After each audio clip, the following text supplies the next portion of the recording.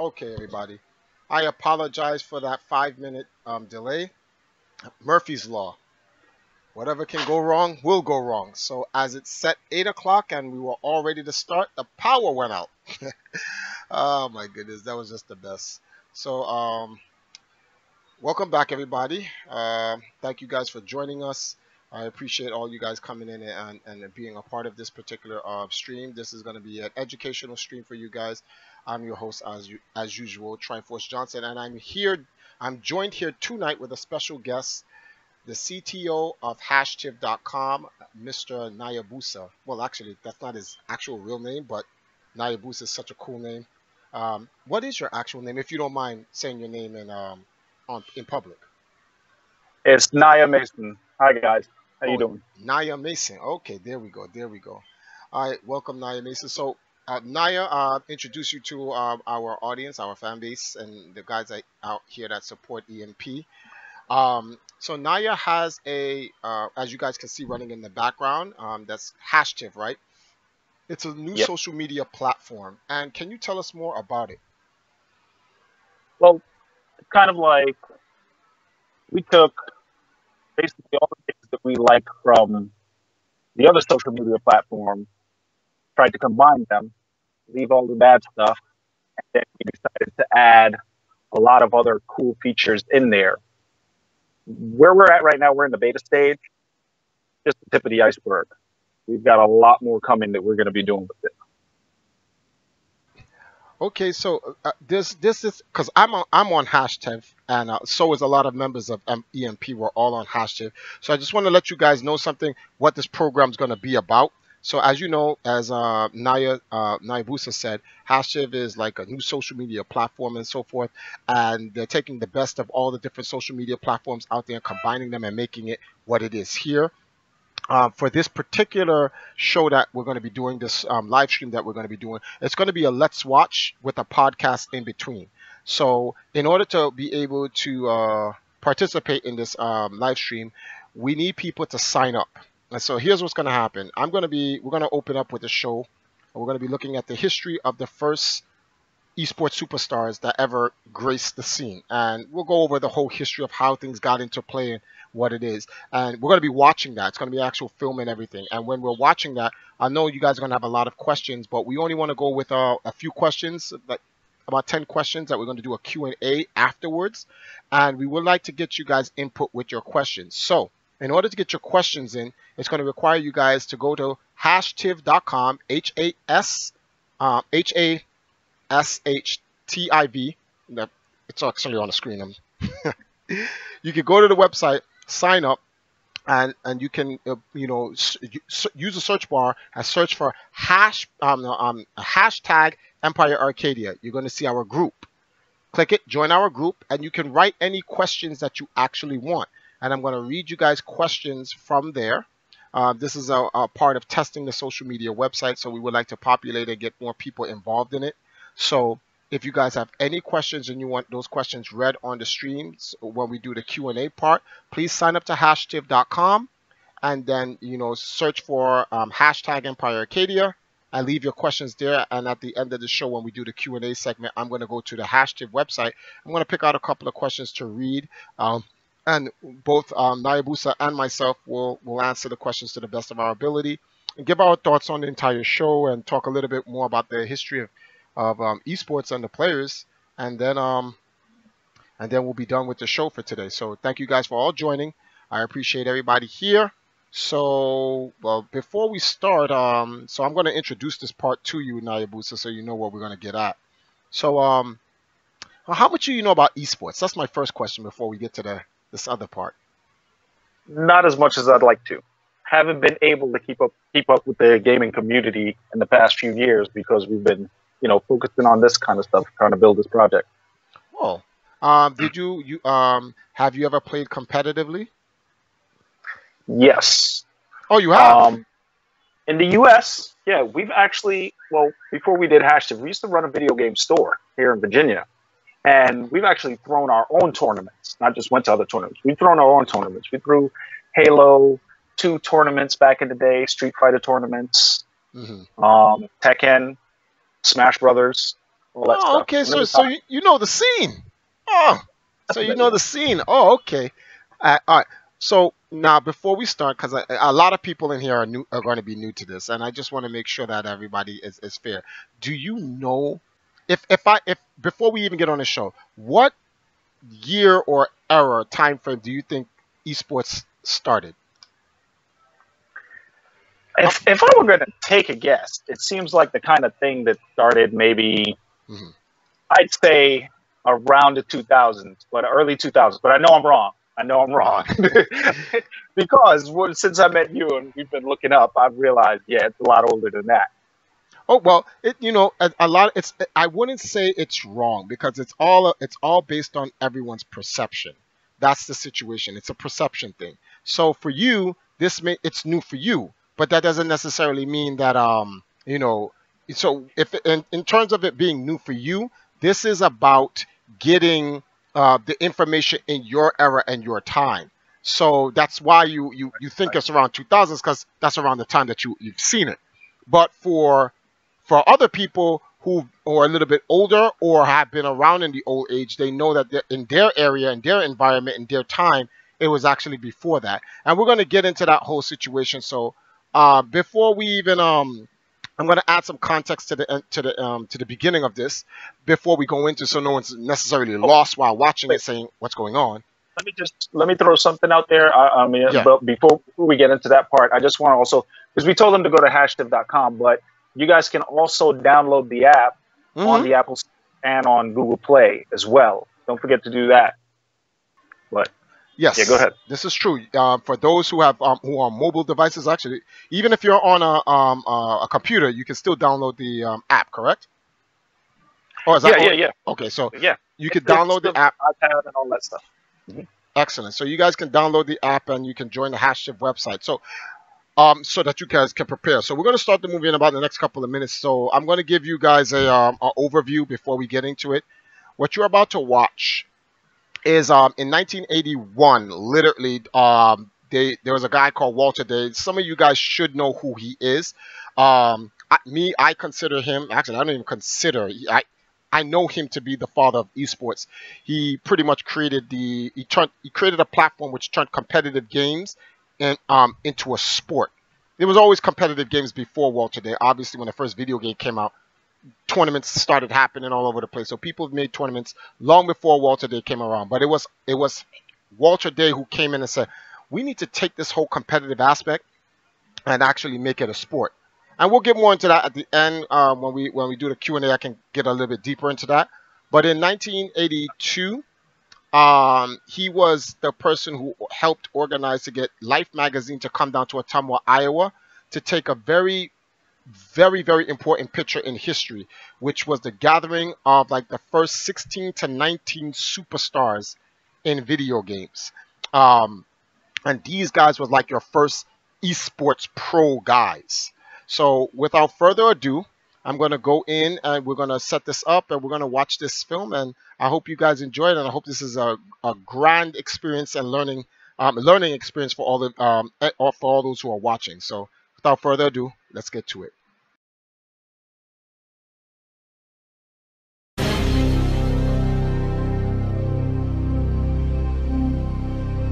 In November of 1982, 17 of the top video game players in North America gathered together in the middle of Main Street in Ottumwa, Iowa.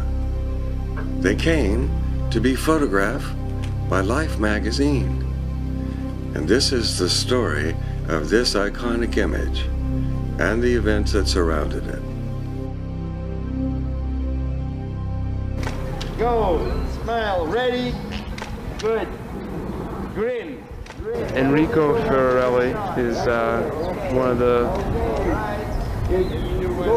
better and most well-known photographers in the world, and he's photographed for Life magazine and done many Time magazine covers, and he's done corporate photography and has traveled to probably all continents doing photography on assignment. I mean, not on his own vacations. He's an excellent, consistently excellent photographer. What's your capacity here? What are you doing? Well, I'm a reporter, and in this situation, it's more than anything more like being a television producer than a print reporter. Because basically, what I had to do was be a liaison with Walter, get the people here, set this up, make sure everything would go right, and get it together. My function. They all go? Yep. I have a function if it works out. I don't have a function if it didn't. I had a charade, but I'm sure it'll work out. So my function was just making sure that everything we did here would be produced as we intended to have it in the beginning. In the street, well, we have to tell a story. I mean, what is the story? I mean, these people are really the best players. If you consider the picture as a piece of real estate, the fact of the best players takes, say, about 40% of the image. Then another 20% is the machines on which they play. You got to see what they're playing. Then you want to see that it happens in Otomawa. And so the town gets another chunk of space. Then you got to leave some space free for the title of the picture, the caption or whatever. And so you group all these elements together. Then why put it in the street is because really arcades are like dark holes all the time, and then don't lend themselves to great images. And Okay, put the other chairs behind, close to the tall stools so you can stand up on them. Okay. We've got a few seconds to get the sound. Okay, Drew. How was your assignment brought about, and maybe you could tell us a little bit about when you had the idea and then later on picked up on it. Well, it was a process. First idea for a video game story was probably in February, and then we tried to produce one that was different than had been done in Time magazine and probably People magazine and some other magazines, and we really couldn't do it and figure out a good way to do it. And we weren't going to waste 8 pages on a story that had been done before. And for the past 9 months, the idea of a video game story was still very much in the editor's mind. And if we couldn't have a feature story on it, it would make sense to have it in the year-end issue. And that's what this is for. How about if you're all down in this kind of kneeling down in front, below the machines? Line up in front. Down. Ready. Right. Ready. Okay, look up. And what can you do from that position? What can you do? Like wave or? Wave. How about with the 2 pom-poms up like this? Okay. Look up, look up. Oh God, I see those wires. They're awful. Awful wires. I don't know where we could put those. Where could we put those wires? Well, obviously, Walter Day has a knack for getting the word out about what he's involved in. And probably most arcades don't have someone who's that attuned to promoting what they're doing. Probably most don't go beyond, we should get out of the way a little here. Most go beyond what they're doing just in terms of a business or a local business. And I don't know, he had a good idea, which was to keep track of high-score video champions. And it was something, if other people have done it, he did it better. So that's why he got himself better known. He had a good idea. That usually gets people better known than people with bad and old ideas. Well, it's a lot of fun having the most famous arcade in the world because, of course, we get lots of attention. In fact, far more attention than any other arcade in the world gets. In fact, we've even been in the newspaper in China. We were in the Taiwan Post. I think it's technically called the Chinese Post in Taiwan in the early part of October of '82. We've been in so many magazines that we can't keep track of them, and quite often we find out that we're generally in a newspaper story or a magazine story or a radio interview almost every single day. It would seem that it's a fact that every day we are covered in the news someplace.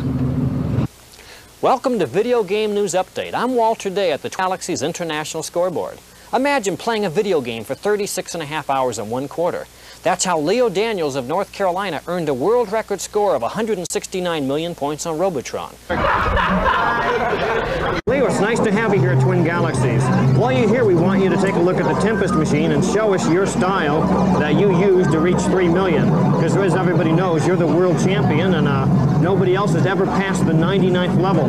Let's see what your style is, how you got up there, okay? I never really got that high on Donkey Kong, but Steve Sanders saw the score that I got, and he started going for the record on Donkey Kong, which he has set it way out of reach, which is something I like to do too when I set a record.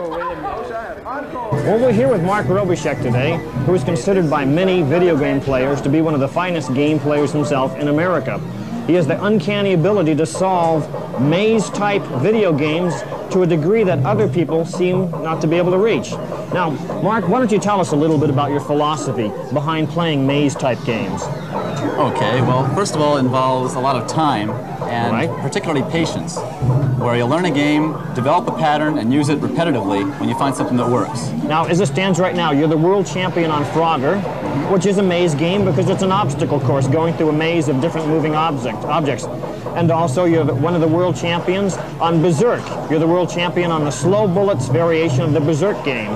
And you're the world champion on Tutankhamun, which we're here with right now and which you can demonstrate. I think Twin Galaxies has really changed drastically the idea of getting high scores on video games.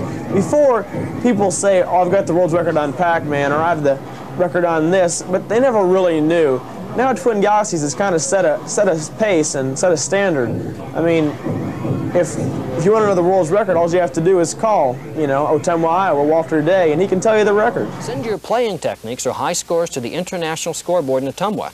Join us again for Video Game News Update. I'm Walter Day at the Twin Galaxies International Scoreboard. My name is Mike Lipkowski. I'm 14 from Spring, Texas. I go to Spring High School. I'm in the 9th grade.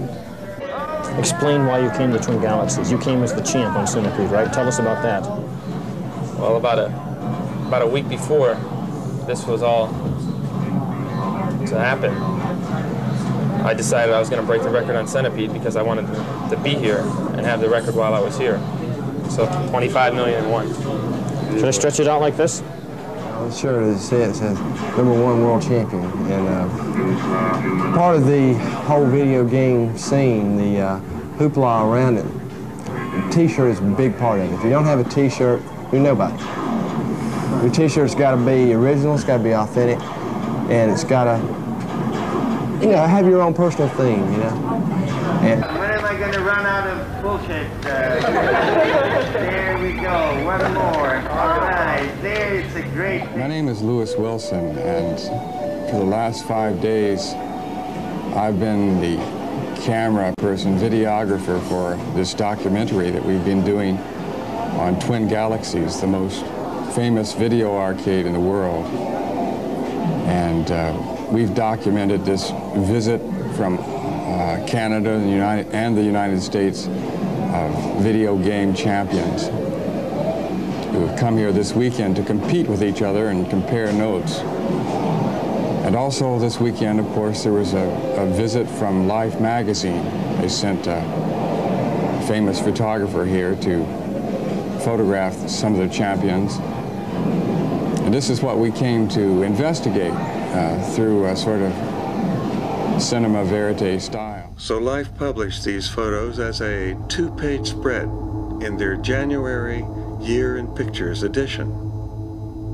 But something even larger happened at Twin Galaxies that month. The #1 TV show in the nation came to Twin Galaxies to cover a special event. You'll see a lot of people wearing referee shirts in the following sequences because that event was the first ever North American Video Game Olympics. All these players will be on That's Incredible. Half the show at least will be the footage from the filming here, and then about 5 minutes of the show will be the final countdown amongst the 3 players in the studios in LA and Hollywood. I don't know. It's pretty weird because Atomo doesn't seem like a very big town, but now it is. It's pretty amazing having these kids here. You go to each machine, and every kid is almost a record holder in a certain category. In keeping the scores for this weekend, the lineup of the scores have changed with every game, because in every game there's been one kid who's been, better than the rest of the crowd. So we're coming into the last game, and we still have no idea who the winner is going to be. As far as the mayor's office goes, is we make declarations from time to time, and normally they are something that's already established, like National Blood Donor Month or National Public Safety Week, things like that. But in this situation, nobody had proclaimed themselves the video game capital of the world, and really it turned out to be a situation where I proclaimed Ottumwa the video game capital of the world, and we just challenge anybody to prove that we're wrong. And I think the fact that we're hosting the first North American Video Game Olympics gives some credibility to the fact that, we are recognized as that now. I think, now this is my own opinion, but from observing the children who are here, I get the feeling that they might be a little notch above as far as intelligence. They've got to have a lot of determination too, but there's just that perseverance, to carry through hour after hour after hour in those games, that they've got to, unless they can get a pattern. If they've got a pattern, then it's just a repetitious thing that I think anyone can do. But in order to reach that pattern, they've got to be intelligent enough to figure it out. And I think these are pretty intelligent boys who are here. I'm just sorry there are no girls here. Explain why you came to Twin Galaxies. You came as the champ on Centipede, right? Tell us about that. Well, about a week before this was all to happen, I decided I was going to break the record on Centipede because I wanted to be here and have the record while I was here.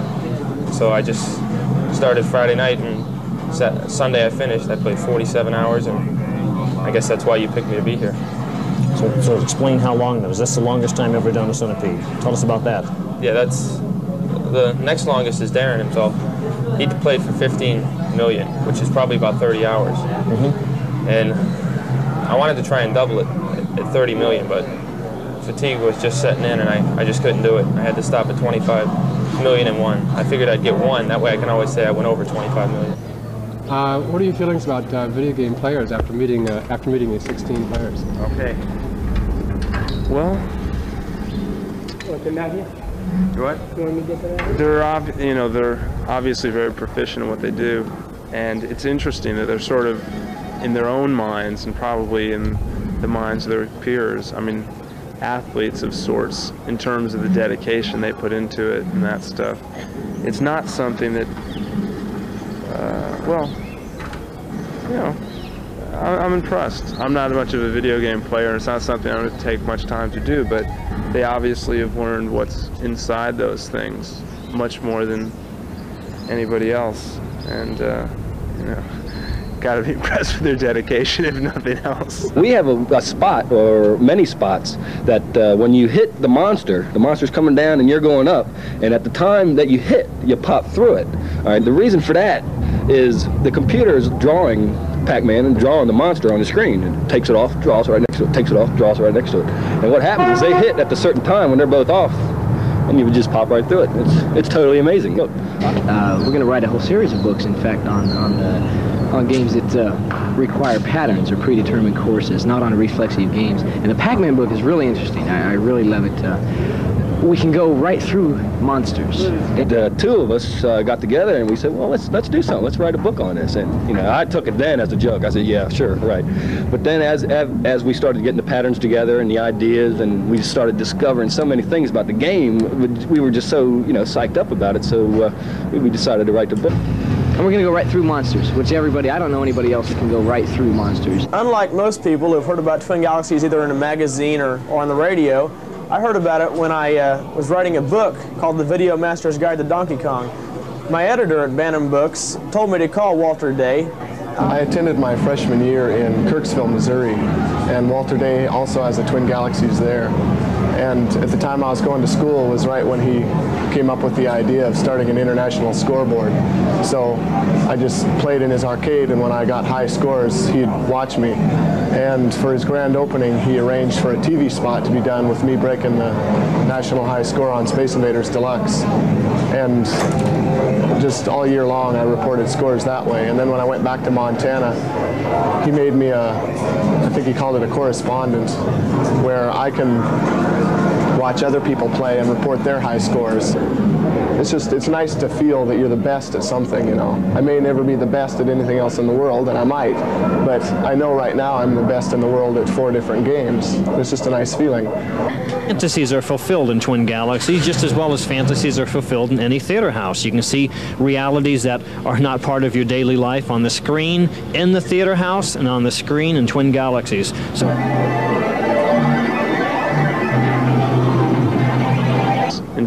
I hope in the near future to be one of the very top players between first and third for video games. I'm going to keep playing and playing until I have at least 10 or more world records.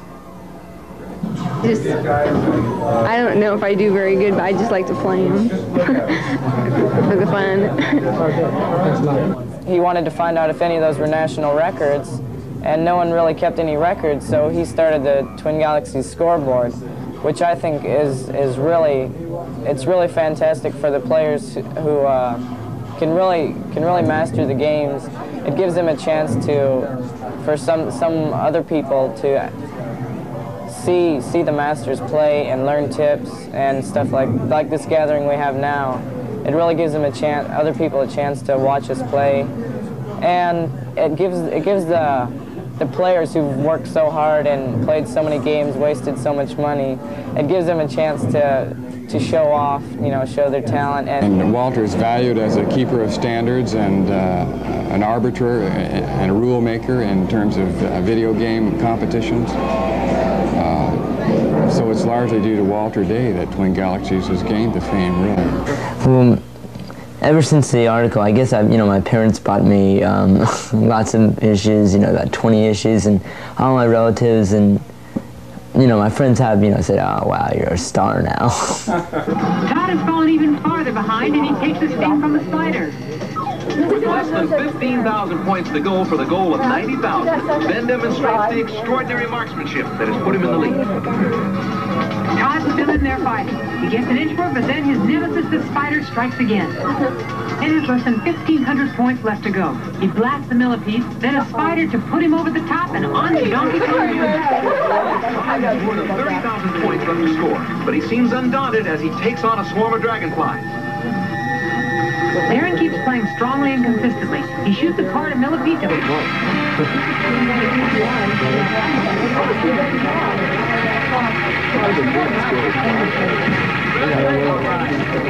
Okay, Ben Gold from Dallas is our winner.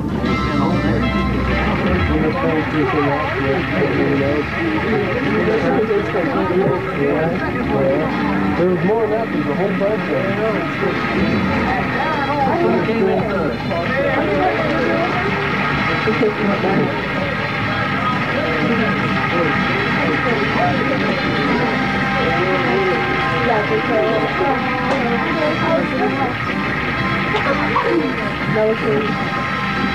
Where do we go from here?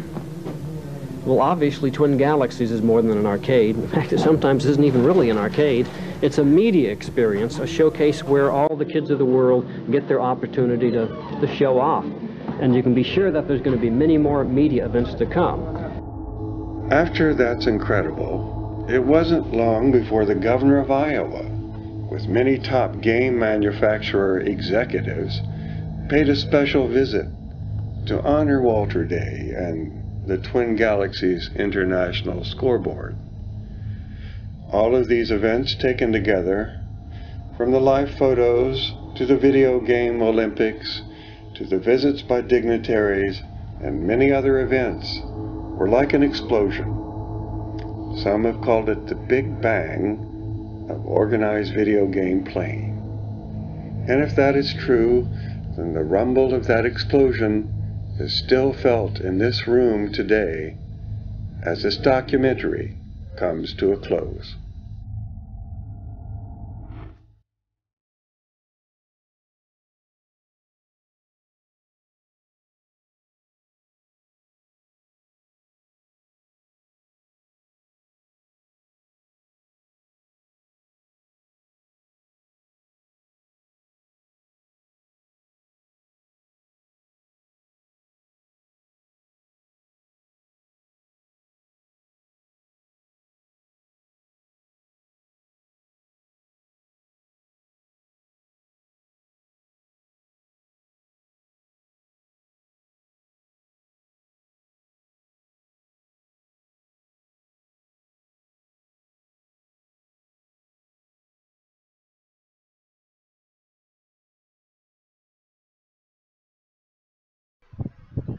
Okay, so we are back.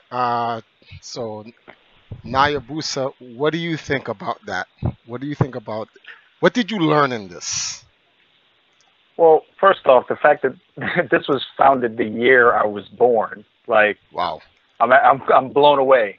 I'm blown away. I would have never guessed something like that. It's really amazing. Props to Billy Mitchell, Walter Day for actually having the vision to see what video games would be and starting something like that. Can you imagine trying to keep scores on who's the best back in the 80s with no internet? For real. For real. How do you brag? There's no bragging rights. If you can't brag, what's the point? It's crazy. He set up an infrastructure where if you made it on Twin Galaxies, you could. That's the whole purpose of like doing the whole sporting thing. That's what made it a sport, because you know, a lot of the times there was before Walter Day, and I'm talking about, I could at least say the 60s. I could go back to the 60s. I could say late 60s was fair enough. There was you know, a lot of competitive video game tournaments long before Twin Galaxies was formed. But Twin Galaxies created this, like I said, this infrastructure, this platform that really put it together, that gave people the sporting atmosphere. It wasn't about promoting a competition at your local school. It wasn't about promoting a particular sponsor's event. It wasn't about promoting the newest video game that was coming out to help sales. It was literally created for the sole purpose of promoting the players, their achievement, and their ability. That's literally what it was about. Which is what made it a sport. It's crazy. Yeah. But let's go to hashtag.com, right? I'm gonna go to hashtag.com. I'm actually there right now because I've been logged in. I'm gonna go to the Empire Arcadia group, and we're gonna see what type of questions we have. So we have some questions on deck, right? Let's see. So we have a question from Matthew Smith, and his question says, based on the video, would that make this year the 35th anniversary of the Life magazine photo shoot? And that was 1982 when they did that, and the answer is yes. So for those who don't know, this November of 2017 is the 35th anniversary of that actual photo shoot that's actually going to take place. So what they're going to do is they're going to have a 35th anniversary event, and they're looking to try to bring back all of those champions that you saw in the photo shoot. One of them, they passed away, but they're going to try to get a family member to come in and whatnot. So that family member, when it, you know, will try to represent the sibling that has passed away. But getting all those guys together for that anniversary is going to be great, and that's something that I'm looking forward to going to. There's going to be other things. There's going to be a video game tournament. There's an International Video Game Hall of Fame event that's also going to be taking place there, and they're going to be looking to enshrine the actual plaque trying to represent and those gamers of that age. Can you give me 1 second?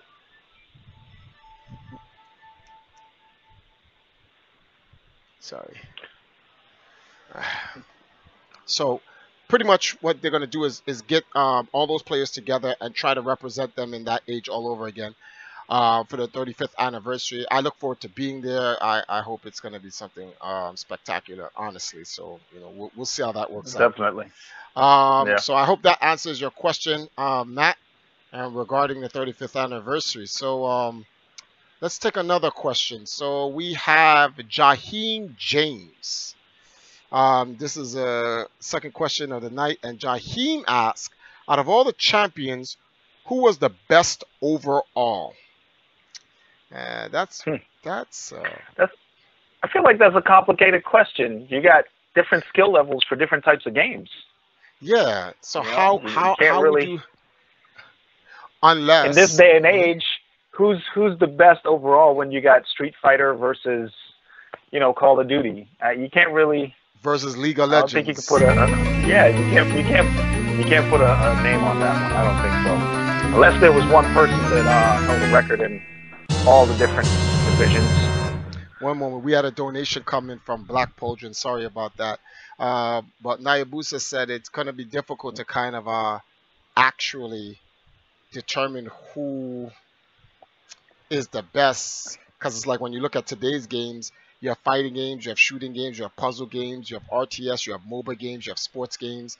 So it's kind of hard to figure out. But I want to say this. I think it was easier to find out who was the overall best back then than it is to find out who's the overall best today. I think today is so diverse. It's highly improbable. So I don't know. You know what else I think affects that today? What? Even if you think you're the best right now, the minute someone finds out that you're the best, there's someone ready to try and take you down within a couple hours. Yes, within a couple of hours, if not moments. Because unlike back in the day, if you were the best, because of the lack of communication, you had a time period where you could hold on to it. But in this day and age, you can't hold on to anything. You'd be lucky. As soon as you post your video, somebody's ready to go to challenge it. Which is something that's the one thing I actually I'm not a happy camper about. Back in the days, if you had a skill or you had an ability, you could, that's what made masters. They would invent things. And when they invent it, because they're masters, they were able to invent it and retain it, store it, keep it to themselves. And they would fight other people. And what would show you a true rising champion is someone who can overcome what the master has done and be able to invent something newer to beat the current master. And then he would join the ranks of the pantheon, so to speak. In this day and age, as long as you have the iron-hand coordination and the skill set, we call this the execution, to play the video games, it's really just go online, take a look at what someone posts, and mimic it. It's not really, it's not really that type of skill. I can agree with you 100%. I know exactly what you mean. I feel like back in the day, you had to figure out the Mortal Kombat fatalities. Man. Now, you can go find everything online exactly. in 2 seconds. In seconds. It's funny because back then you either had to buy the GamePro magazine, Replay magazine, EGM magazine, whatever the magazines are, Electronic Gaming Monthly magazine, Gamers Republic, all of those magazines, to go and get the codes and to see the moves, to do the fatality, to do the moves. When Mortal Kombat 9 and 10 came out, they had the strategy guides. Why? You could just wait for one of the pro players to just put up a YouTube video of them playing and just copy from them, which is better than the strategy guides. Although it's the same pros that you're watching on YouTube who helped wrote the books. But just want to put that out there. This is why one of the things that I can tell you why I definitely, when we met, I definitely supported you guys' cause and things like that, because as someone who grew up in places like Jamaica and Guyana, outside of America, the gaming scene, you didn't really have access to those things. You didn't really have access to the magazines and stuff like that. So when I grew up playing games, me and Bevan, the president for Hashtiv, we had to invent everything from scratch. And I can tell you right now, in Street Fighter 2 Turbo, Bevan still has a move that I've never seen anyone do. Instant stars, instant dizziness with 2 moves. Practically impossible. Which it's character? Not in a magazine. With Ryu. With Oh, Ryu, okay. he has a kick throw that puts you in stars. And you cannot replicate it. I can tell you're old school because you still call him Ryu. Remember, we always called him Ryu, but then over the years, it's like his name is Ryu. Actually, his name, well, the Japanese pronunciation is Ryu. You can't even Ryu, get the yeah. R, yeah. But Yeah. we still calling him Ryu. Those were the days back in the arcades. All right, let's take another question. Let's take another question. So we have Kisan here, and he says, which arcade game do you believe didn't get the credit that they should have? That's a tough one. Arcade game. What's your thoughts? Well, see, the trick to that question is if it didn't get the credit, do we really know the game? You know, because there'll be a lot of obscure games out there that people don't know. This That's is a tough true. one. Let's see. Well, okay, I'm pretty familiar with the old school games. I think Mario Brothers didn't get the props.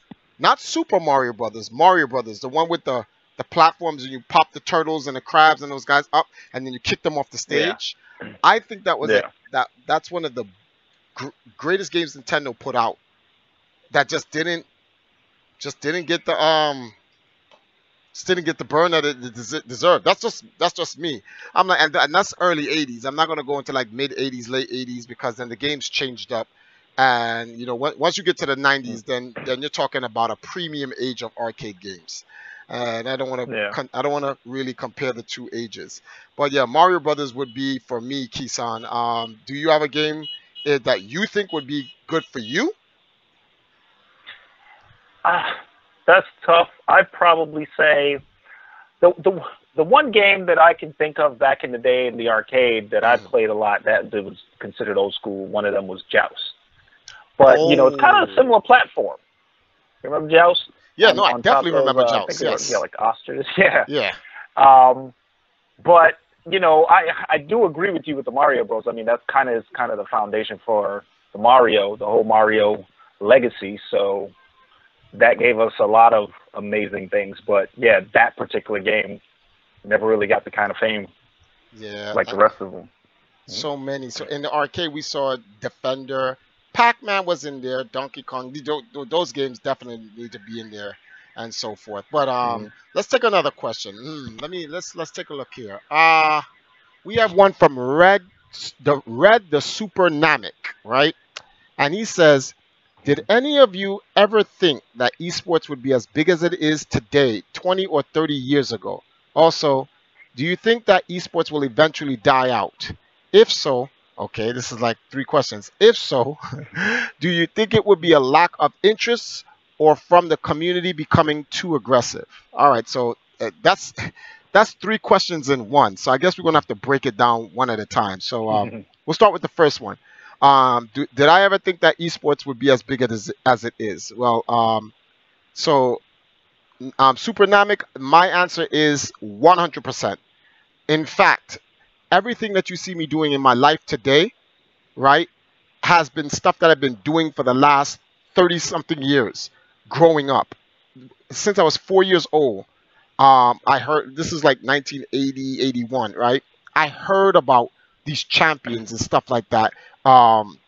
When the That's Incredible came on TV, because, you know, there was a lot of things that was on TV and in the newspaper. My dad used to read a lot of newspapers. He has a whole collection of Life magazines and so forth. And you could see these things like the gaming. My older brother, Nathaniel, used to always want to, go out in the street and steal magazines, and we would just read them and see all the colorful pictures and all that other stuff. And he would come home with the tabletop Donkey Kong games and all that other stuff. And I was, it was cool. So, I went into an arcade one time and my father was talking to his friends, and this it has to be a story that leads into the answer. I'm sorry.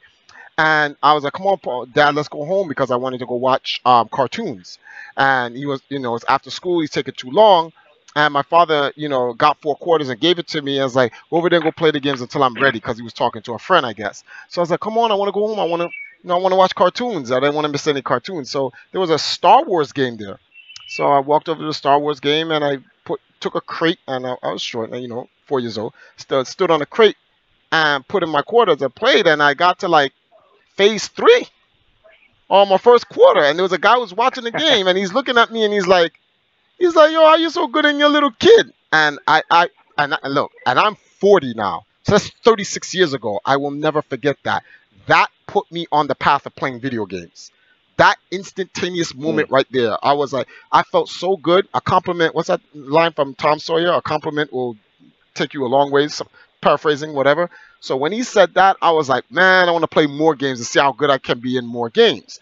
And as I started to get more into the gaming culture of things, I started to see more and more like, and I was like, you know, I want to play all these different games. And then my brother started taking me to arcades, and I just saw, and I was like, man. And then, you know, That's Incredible came on TV. I didn't even see the whole thing. I saw like the last 2.5 minutes of it, right when they were at the last game and what. I'm older now, so I went back and I watched the whole thing.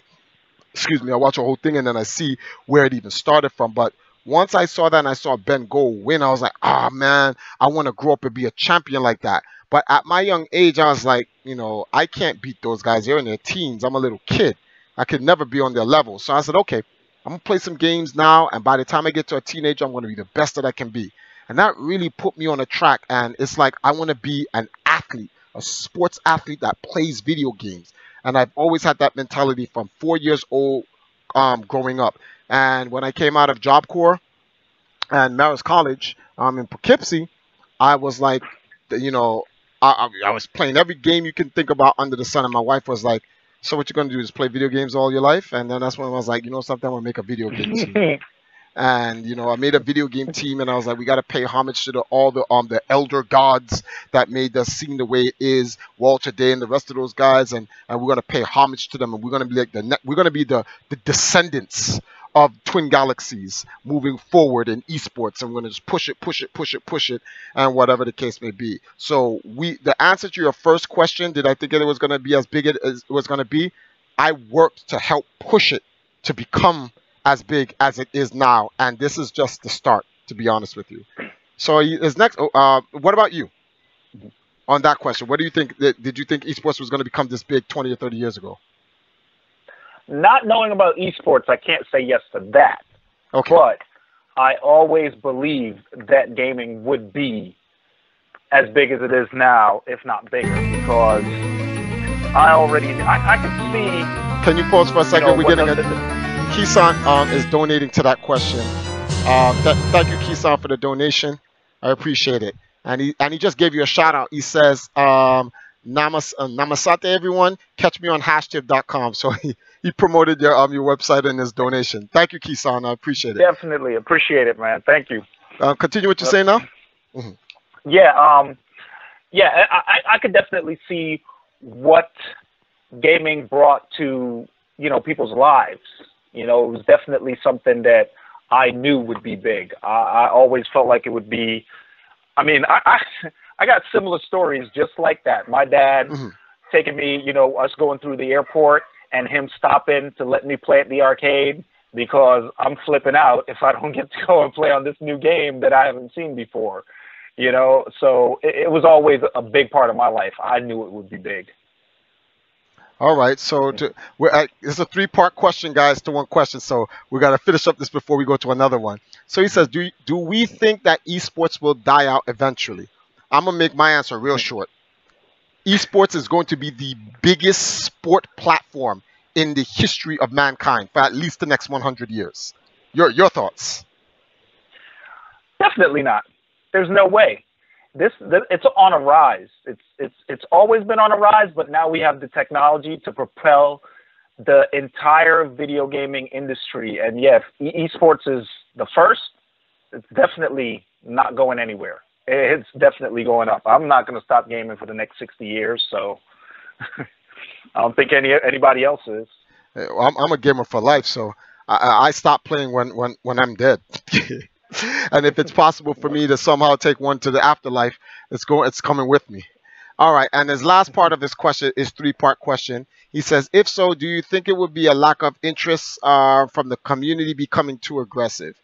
And I'll let you get your thoughts on that first. What do you think? Well, I think aggression kind of really drives that industry. I mean, it's that competitiveness. It's the aggressive players. They're the competitive ones. That's what you you know, even the gamers that don't participate in the competitions still want to see the exciting plays. That usually comes out of that aggressive playing style. I'm an aggressive player. That's why I like fighting games the most. So I definitely can't say that would ever have a negative effect, let alone cause any lack of interest. I agree. I can't say too much on it. I think the way the society that we're actually in right now, the aggression is actually, it creates a lot of drama. And we live in an age where we kind of support drama a lot, so it's a form of entertainment. So I don't see that aggression or that drama becoming a downfall to it. Not from my part, anyway. Hey, you know what? And you say that, isn't it amazing how in the video gaming industry the aggression is all positive? It's not like you're actually angry at the other guy. You know, when you beat him up or he beats you up, that's that. You just got to go get your skills up. Doesn't really lead to anything worse than that. This is true. All right, so we're gonna let's get two more questions in. This is let's see here. Actually, we'll just take one more question because I want to talk about one other thing real quick. And actually, I found the question that I'm going to use because this will probably segue into our closing segment. Get your thoughts on it. The very guy who donated. So this is question 5, and this is the guy that made the first donation on the stream. Black Pauldron asks, "Why do I call Walter Day the father of esports?" So, I guess that question is directed towards me. But before I answer that question, I want to ask you a question, Nayabusa. Why do you think I call Walter, or why do you think I call Walter Day the father of esports? Your thoughts? I would assume it's because he founded something like the Twin Galaxies, which is a place that keeps the records, keeps the scores, that allows the competitive players to figure out what they got to do to be the best. And that's pretty much what sports are. So, you know, as someone who started that, yeah, I think he definitely deserves that title. Well, that's actually the short end question, which I 100% agree. But I'm going to give you guys the long, comprehensive answer, which is going to go over into something. So I mentioned this earlier in the stream about him setting the platform to pretty much put competitive gaming putting competitive gaming on this platform and this foundation that turns it into an actual sport. I use this line a lot with a lot of people because it's such a simple analogy that people can understand. The game of basketball, the game itself, was created in the 1800s. It's 1891. James Naismith, I think, is the guy who created the actual game itself. But basketball didn't turn into a sport until 1946.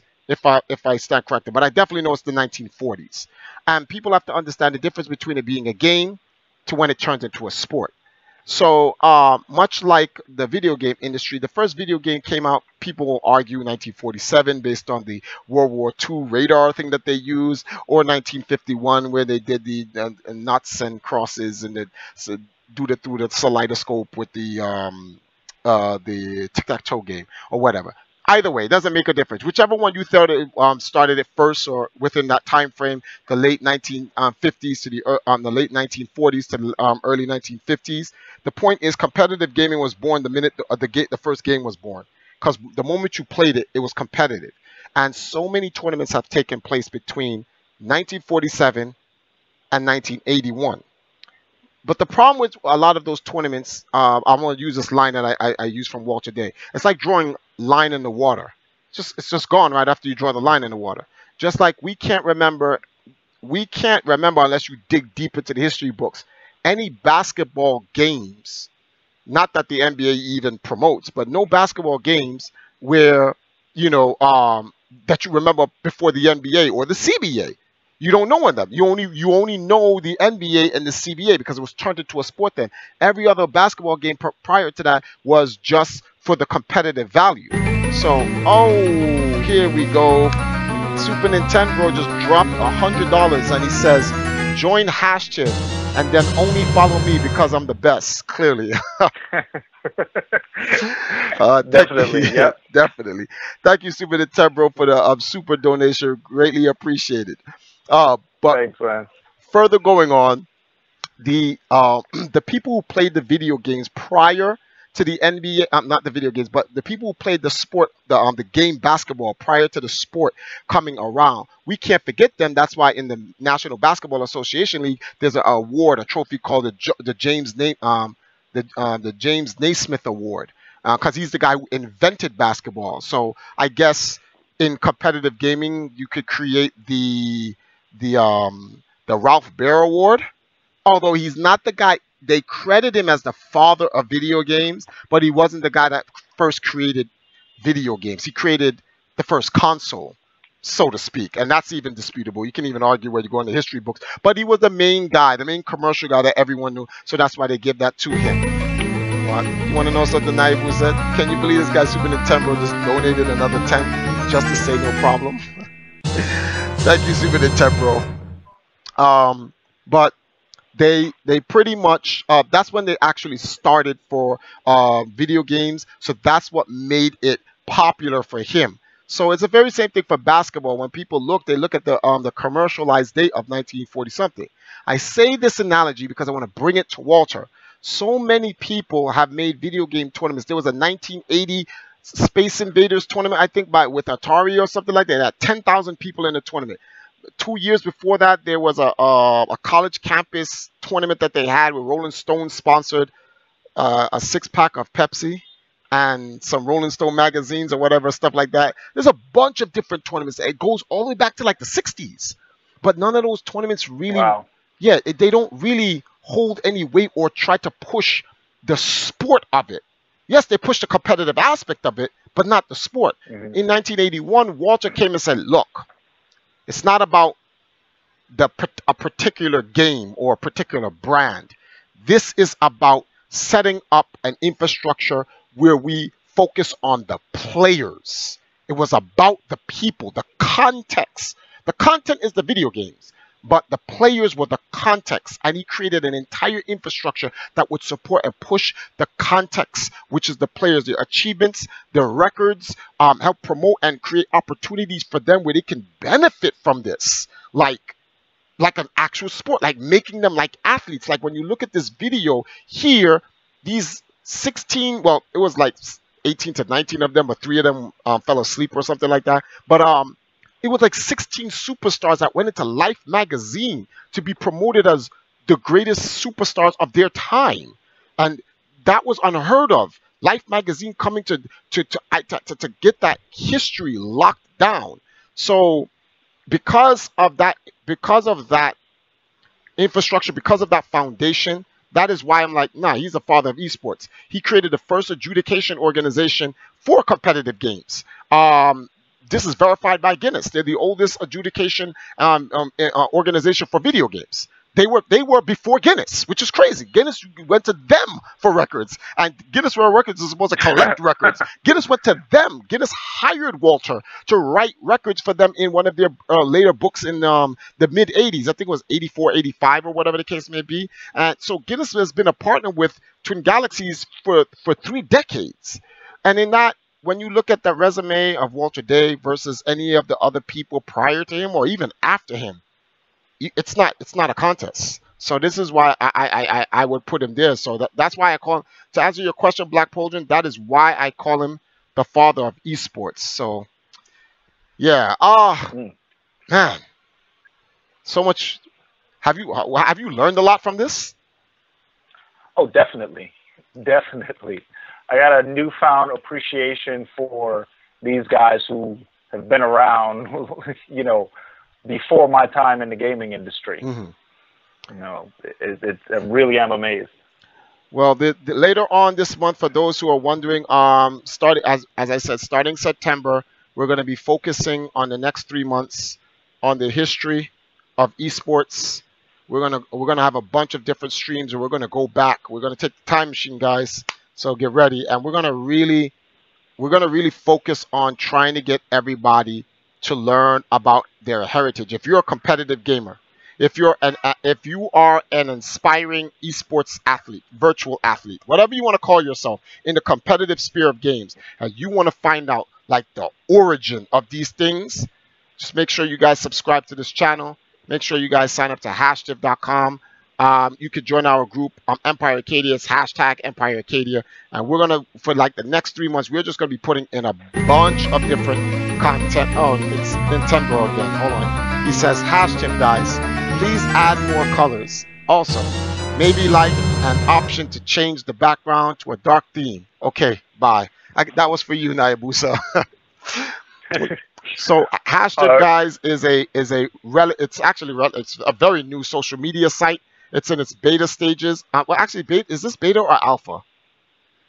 It's beta right now. It's beta right now. Okay, so we've already gone through the alpha, but yeah, we're definitely going to be making. There's still a lot of changes to go. You know, right now the main engineer of the site is one guy. He makes all the magic happen.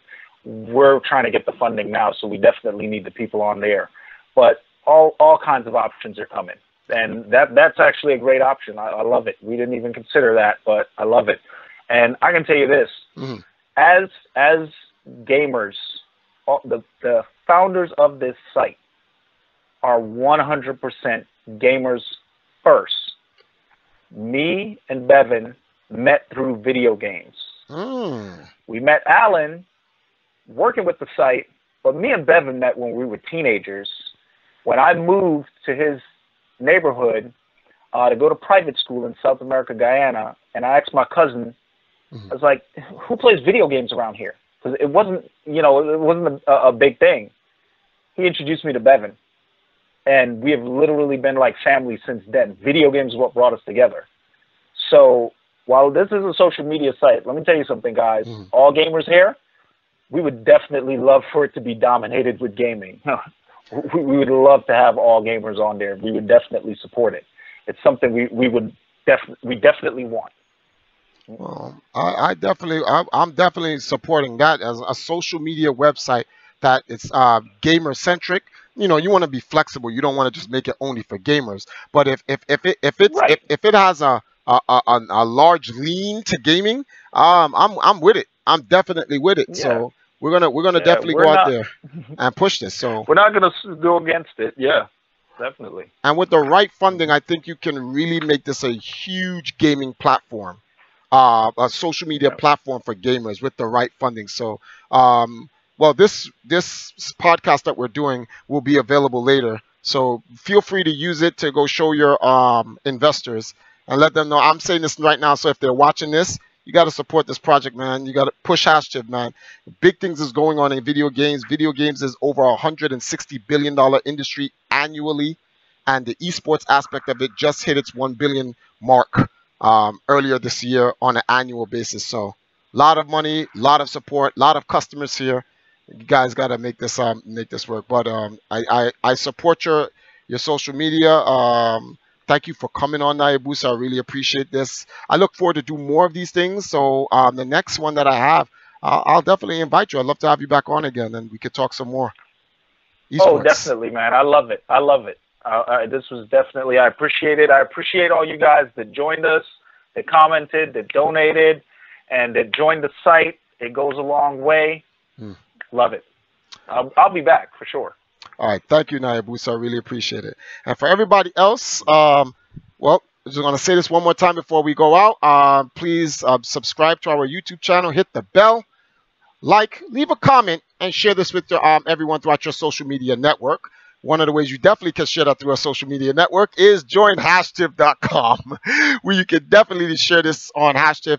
Help us, start a new social media platform that's focused a little bit more for gamers. Until then, on our next show, guys, this is Triforce signing out. Good night, guys.